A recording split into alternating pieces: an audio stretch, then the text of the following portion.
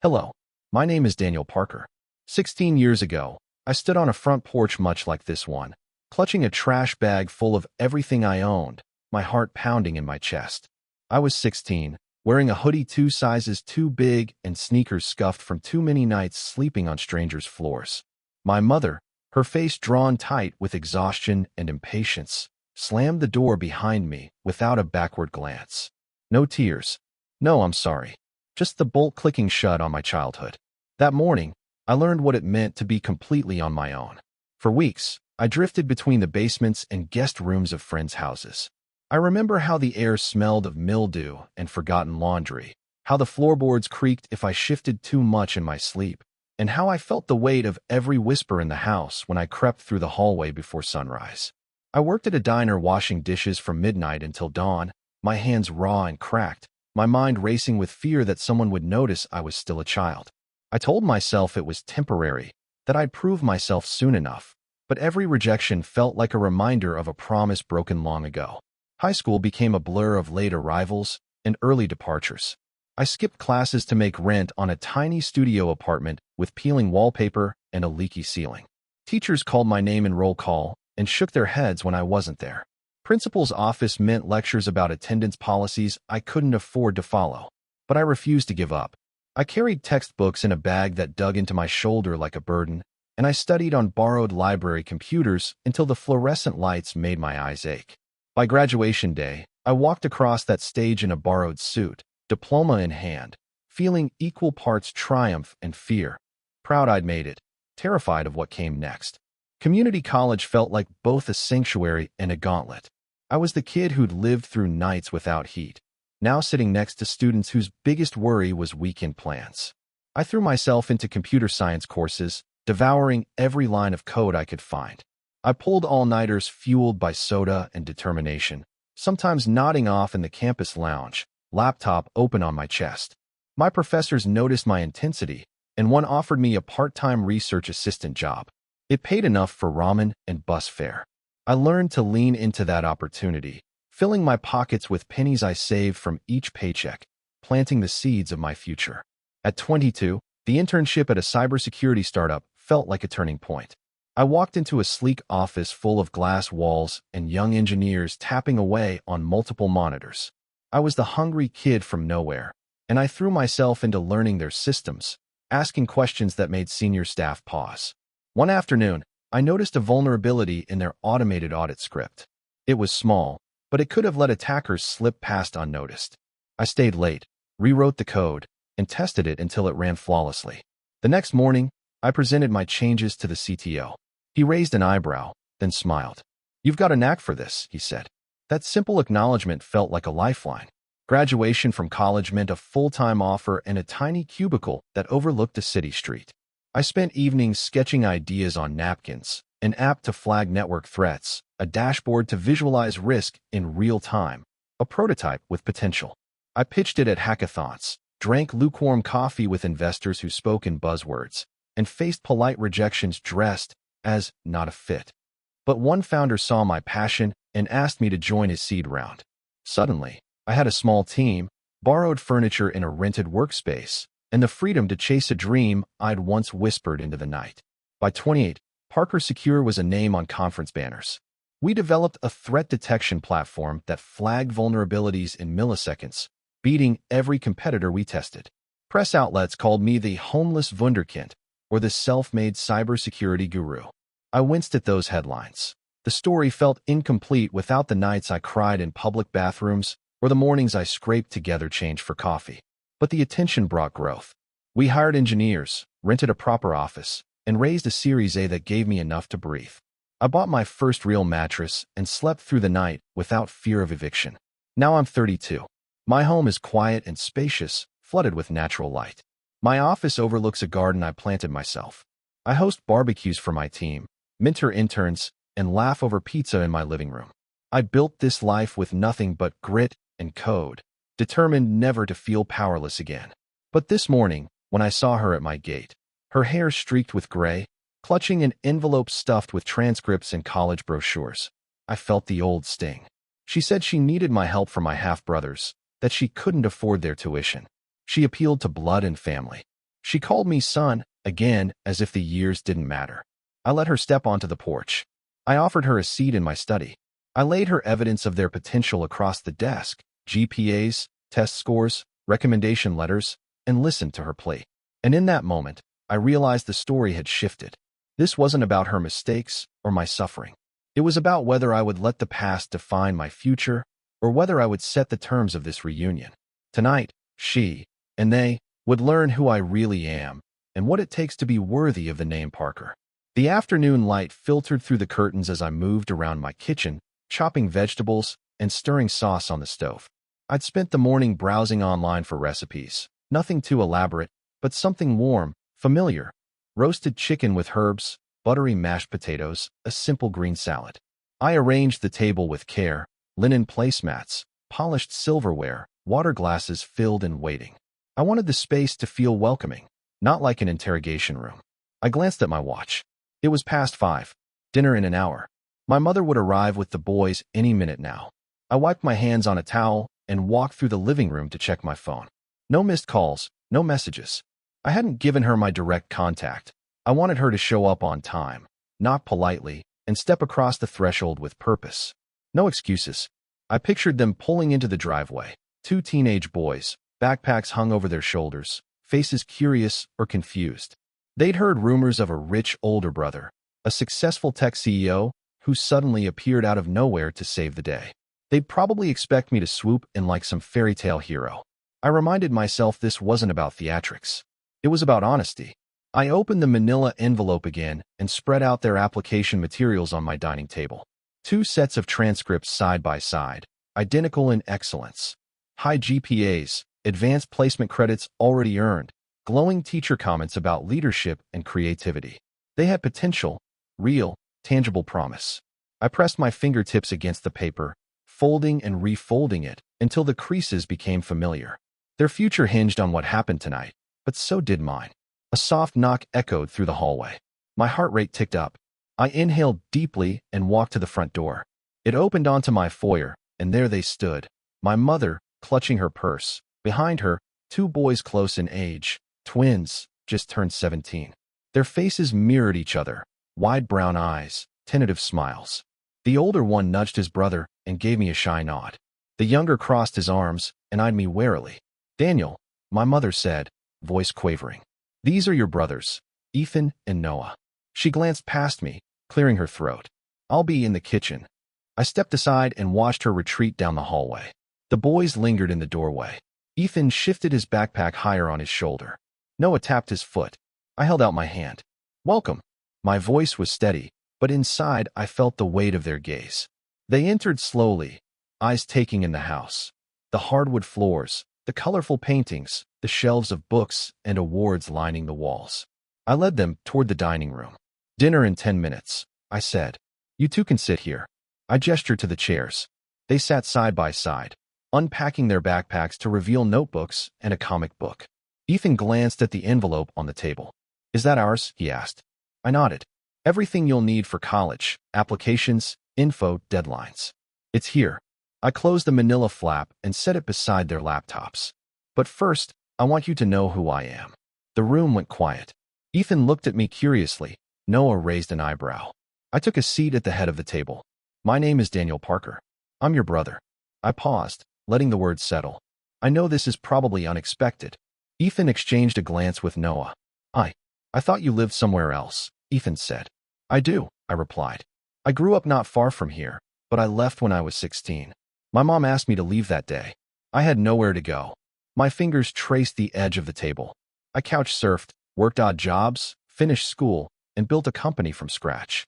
I didn't ask to be forgotten, but I survived." Noah shifted in his seat. "You left us? I didn't know you were even born," I said softly. "When I walked out, you 2 were toddlers. I was too busy trying not to end up on the streets to realize you existed." Ethan swallowed. "Mom never really talked about you. She said you were doing great things." He looked down. "I always wanted to meet you." I nodded. "And tonight is your chance." I stood up. "Dinner's ready." I motioned toward the kitchen. They followed me through the archway, my mother hovering behind, as if unsure whether to join. I lifted the lid from the roasting pan. Fragrant steam rose in wisps. I filled their plates and then my own. We sat down together, silence stretching between us like an unspoken question. I took a bite, then cleared my throat. Before we eat, I want to know more about you. What are your plans? I turned to Ethan. You said you like physics. What college programs interest you? He relaxed slightly. I'm thinking of State University. Their astrophysics department is top tier. His voice picked up confidence as he spoke. He was proud of his research project on cosmic microwave background radiation. Noah chimed in. I'm leaning toward art school. Graphic design. I love visual storytelling. He tapped his fork against his plate. I want to create comics. I smiled. Both exciting. And both expensive. I reached into my suit pocket and pulled out envelopes with their names on them. I've set aside funds for scholarships and tuition and trust. Enough to cover in-state or private university, whichever you choose. I slid the envelopes across the table. They stared at the envelopes, mouths hanging open. Ethan ran a fingertip along the edge of his. Noah's jaw dropped. My mother blinked back tears, covering her mouth with her hand. Ethan cleared his throat. This is a lot. His voice quivered. Why are you doing this? I leaned forward. Because you're my family. Because potential shouldn't be wasted. But I need you to promise me something. They exchanged glances. What? Noah asked. I looked at both of them. Promise that you'll make the most of this opportunity. Promise you'll work hard, stay honest, and never let money become your only motivation. And promise you won't forget your roots, where you came from and what it took to get here. They nodded solemnly. Ethan's eyes glistened. Noah's expression softened. My mother spoke up, voice thick. Daniel. I held up a hand. We'll talk later. I turned back to my brothers. Does that sound fair? They both said yes. I sat back and let the moment sink in. Then I reached for my fork and took a bite of chicken, savoring the taste of dinner and the taste of possibility. Around us, the house felt alive. Warm light, soft laughter as my brothers began to ask questions about campus life, dorms, roommates. My mother wiped her cheeks and offered quiet smiles. For the first time in 16 years, the door felt open. And I knew that the story didn't end here. It was just beginning. We cleared the dinner plates and moved to the living room. I poured coffee for my mother and hot chocolate for the boys. They settled on the sofa, Ethan with his physics magazine open on his lap, Noah tapping at sketches on his phone. My mother sat across from us, hands folded, eyes glued to my face. I took a slow breath. Let's talk about what happens next. My voice was calm but firm. You two have applications and deadlines. You've got funding. What I need to know is how you plan to get there. Ethan looked up. I was going to work part-time, maybe tutor math, cover living expenses. He glanced at Noah.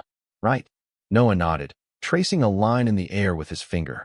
I thought I'd freelance some designs. Maybe pick up shifts at the cafe downtown. I folded my hands. Good. You need skin in the game. I'm providing tuition, room, and board is on you. I watched their faces flicker. That's fair. They both exhaled. Relief, gratitude, a hint of empowerment. My mother's eyes teared up again, but she kept her head down. I leaned forward. Mom, there are a few things we need to address. First, accountability. We're all adults now. If you took money from me directly, how could I be sure it went to the boys' education and not something else? Her lips trembled. She clenched and unclenched her fists, rocked on her chair. I know I messed up before. I'm trying to fix it. I met her gaze. Then let's do this right. We'll set up a trust. I'll fund it directly for school expenses. You'll have to provide statements each semester. Tuition paid, housing, fees. Anything extra comes from you or the boys. Agreed. She nodded quickly, relief flooding her expression. Agreed. I turned back to Ethan and Noah. Second, grades. You maintain at least a 3.0 GPA, or we revisit this arrangement. You both have the work ethic. I don't want you to squander it. They exchanged looks and both said quietly, we understand. I paused, letting everyone absorb the terms. Then I spoke softly. Last thing, honesty. If any issues come up, financial, academic, personal, you come to me first. No intermediaries, no excuses. Noah hesitated. What about Mom? I glanced at her. She closed her eyes and nodded. I continued. If she can't help you with something, you come to me. If you feel pressured, you come to me. We're a team now. The boys sat straighter. My mother's shoulders relaxed. I stood up and stretched. All right.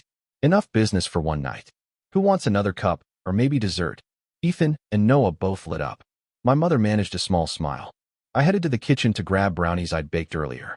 The sound of laughter followed me down the hall. Later, we sat with mugs in hand, the tension broken. Ethan showed me his sketches for a campus telescope project. Noah shared character designs for a comic about sibling astronauts. I offered feedback, asked questions, and watched them light up. My mother leaned back and listened, tears brimming but eyes shining with pride. When the clock neared 10, my mother cleared her throat. "Daniel, thank you for everything." I nodded. "We'll figure this out together." She hesitated, then asked, "Can I stay here tonight? I drove all day." I paused, recalling the cold nights I spent on strangers' couches. "I have an extra guest room," I said. "You can use it. But tomorrow, we start fresh. Trust, honesty, no more hidden burdens." She exhaled deeply, nodding. "Thank you." I led her down the hall. The boys waved goodnight and headed upstairs to their room at the end of the corridor. I closed the door behind my mother and set out a clean towel and fresh sheets. She looked around the room, photos of my company's milestones, books on entrepreneurship, diplomas on the wall. She sighed. "I'm sorry for everything," she whispered, voice cracking. I touched her hand gently. "We all make mistakes. What matters is what we do after." She nodded. Then she paused. "Do you ever regret it? Walking away at 16? I hovered in the doorway. For a moment, I thought about the nights I lay awake wondering if I'd made the wrong choice, about the loneliness and the fear. But then I remembered how I found strength in every setback. I answered firmly, no. If I hadn't gone, I wouldn't be who I am today. She closed her eyes, tears slipping down her cheeks. "I'm proud of you." I offered a small, genuine smile. "Thank you." As I left her door and returned to my office, I felt something shift, a fragile trust beginning to weave itself between us. I glanced at the framed photo of my 16-year-old self, bag slung over his shoulder, and then looked at the empty guest room next door, ready to shelter the woman who once cast me out. Tonight began a new chapter, one where family meant more than blood, where accountability and love could coexist, and where the past would no longer dictate our future. Morning light filtered through the curtains, soft and forgiving, as I stepped into the kitchen. The smell of fresh coffee mixed with sizzling bacon greeted me. I poured a cup and carried it to the guest room door. Peeking in, I saw my mother sitting on the edge of the bed, hands wrapped around a mug, eyes closed as if gathering courage. "Morning," I said quietly. She opened her eyes and offered a tentative smile. I set the coffee on the nightstand. "Breakfast is ready downstairs whenever you're ready." She nodded and stood, smoothing her jacket. I followed her into the kitchen where the twins were already seated at the island, napkins on their laps and curiosity in their eyes. I filled 3 plates with eggs, toast, and bacon. Ethan glanced at me, then at his brother, and said, "This is really nice." I seated my mother beside them. "I thought we'd start today with a simple family breakfast." I caught her eye and nodded. She cleared her throat. "Thank you." Noah looked between us. "So what happens after today?" he asked. "We pick colleges, and you send us there?" I put down my fork. "It's your call. I've opened the financial trust. You have the freedom to choose any accredited school. But today we need a plan." I slid a printed calendar across the table showing application deadlines, campus visit dates, scholarship workshops, and financial aid sessions. I want you to pick 2 schools each. Visit them, talk to admissions, meet professors. Decide by next month. Ethan leaned forward, studying the calendar. "That's doable," he said. "But what about dorm applications and meal plans?" My mother spoke up. "I can help with that. I've been researching online." She spread out her phone, showing bookmarked websites. "Here's the portal for dorms. And meal plan prices. We can sit together after breakfast and work through it." I nodded. "That works. But if you two need anything, tours, interviews, prep materials, you come to me first. No detours." They both agreed, and conversations softened into practicality, filling out forms, mapping out campus tours. My mother's hands shook slightly as she typed. I offered to help guide the cursor. She leaned into me, quietly grateful. Once the formalities were set, I cleared the table and motioned them toward the living room cushions. "Let's talk about you," I said. I turned to my mother. "Then and now." She took a breath. "I was young when I had you," she began, voice steadying. "I thought I could handle 5 kids on my own. But every time I felt like I was drowning, I reached for someone else to pull me up. Jobs, relationships, any escape from the chaos." I listened, letting her voice fill the room. "When you left," she continued, "I felt guilty every day. But I was scared, Scared I'd fail you. Scared I'd lose the twins too. I thought letting you go would save us all. I closed my eyes, remembering that day. You didn't save anyone. You broke us. My tone was soft but honest. She nodded, tears slipping down her cheeks. I know. And I'm sorry for every night you spent wondering if anyone cared. The twins watched us, silent. I turned to them. I want you to know, despite everything, you both deserved stability, love, a home you could count on. Noah's voice was small. We felt it.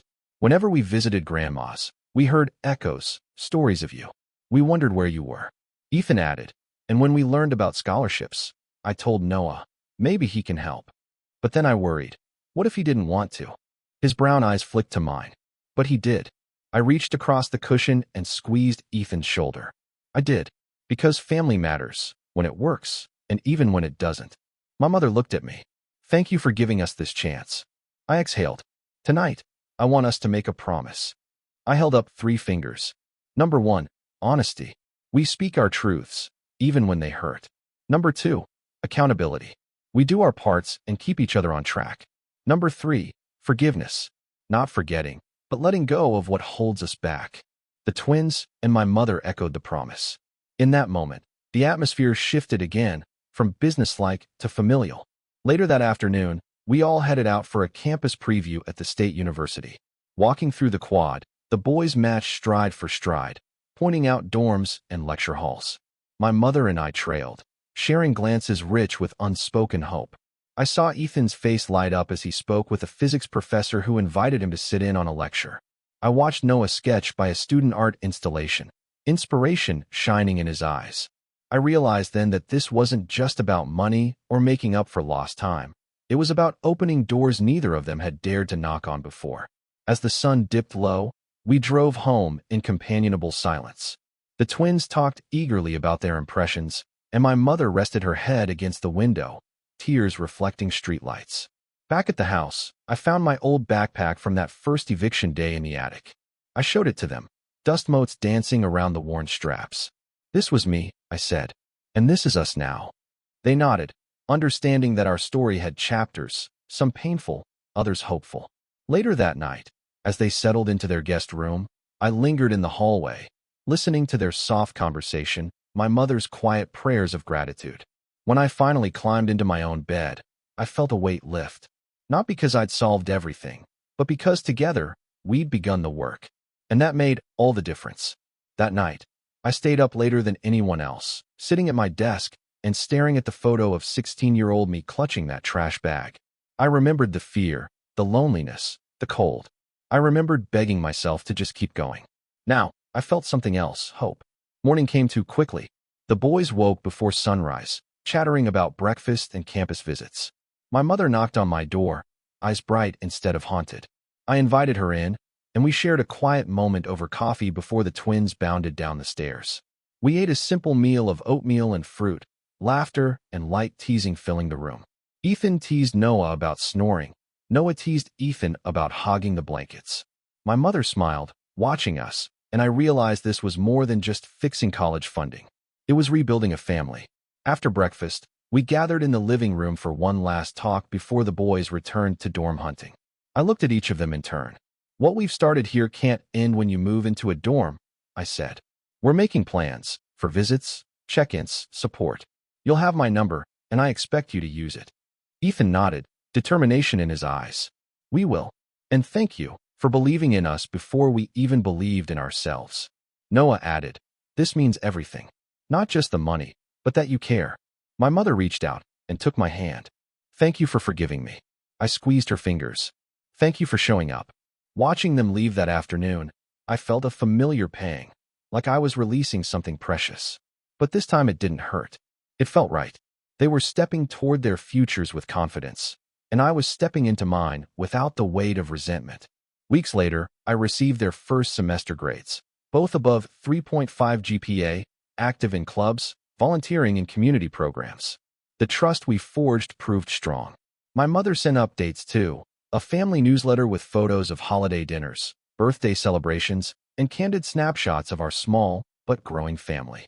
One evening, my assistant knocked and handed me a letter. It was from Ethan and Noah, handwritten on stationery printed with their college crest. They wrote about their classes, their dreams, and how grateful they were. In the margin, they'd drawn little portraits of the three of us smiling. I pinned that letter above my desk, next to the photo of the 16-year-old me, so I'd remember both beginnings and endings. The day I finally erased game theory from my calendar and booked a weekend getaway with my mother, just the two of us, was the day I understood what family really meant. Over coffee in a lakeside cafe, she apologized again, tears in her eyes not from guilt but from relief. I reached across the table, placed my hand over hers, and said, "Mom, none of that matters anymore. We have today." She smiled, and in that moment, I realized forgiveness wasn't about forgetting the past. It was about choosing to move forward despite it. Last month, at a holiday gathering, the twins surprised me with a scrapbook, their childhood photos, memories they'd pieced together from old albums, and new photos of our family dinners. On the last page, they wrote, "To the brother who saved us, and to the mother who came back, this is our story." I closed the scrapbook and hugged them both. My mother watched with a tearful smile, knowing we'd turned pain into possibility. Now, years after that eviction at 16, I stand in the doorway of my home each morning, coffee in hand, waiting for the familiar knock of genuine family, not by blood alone, but by the bonds we rebuilt together. I learned that strength comes from facing abandonment and choosing to open the door again. That success isn't just wealth. It's the ability to forgive, to trust, and to love beyond our fears. And every time I feel doubt creeping in, I glance at those photos on my wall, one of a desperate teenager, the other of a family united. And I remember, no matter how far we've fallen, the porch light can always come back on.